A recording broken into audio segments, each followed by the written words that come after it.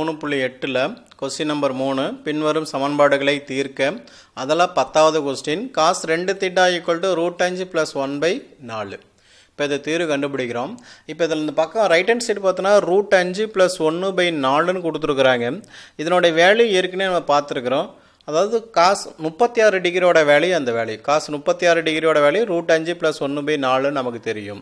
36 டிகிரின்னு எப்படி எழுதலாம் π/6 ன்னு எழுதலாம். அப்ப இந்த √5 + 1/4 க்கு பதிலா 36 டிகிரி எழுதலாம். அப்ப 36 டிகிரியை π/5 ன்னு எழுதலாம். அப்ப கொடுக்கப்பட்டது என்னவா மாறிடுது cos 2 θ cos π/5 அப்படினு மாறிடுது.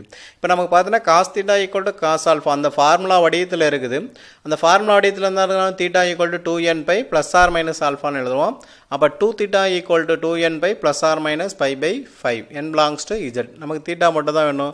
அப்ப θ nπ 2 கேன்சல் ஆயிரும். π/5 5 × 2 10 ஆயிரும். n belongs to z.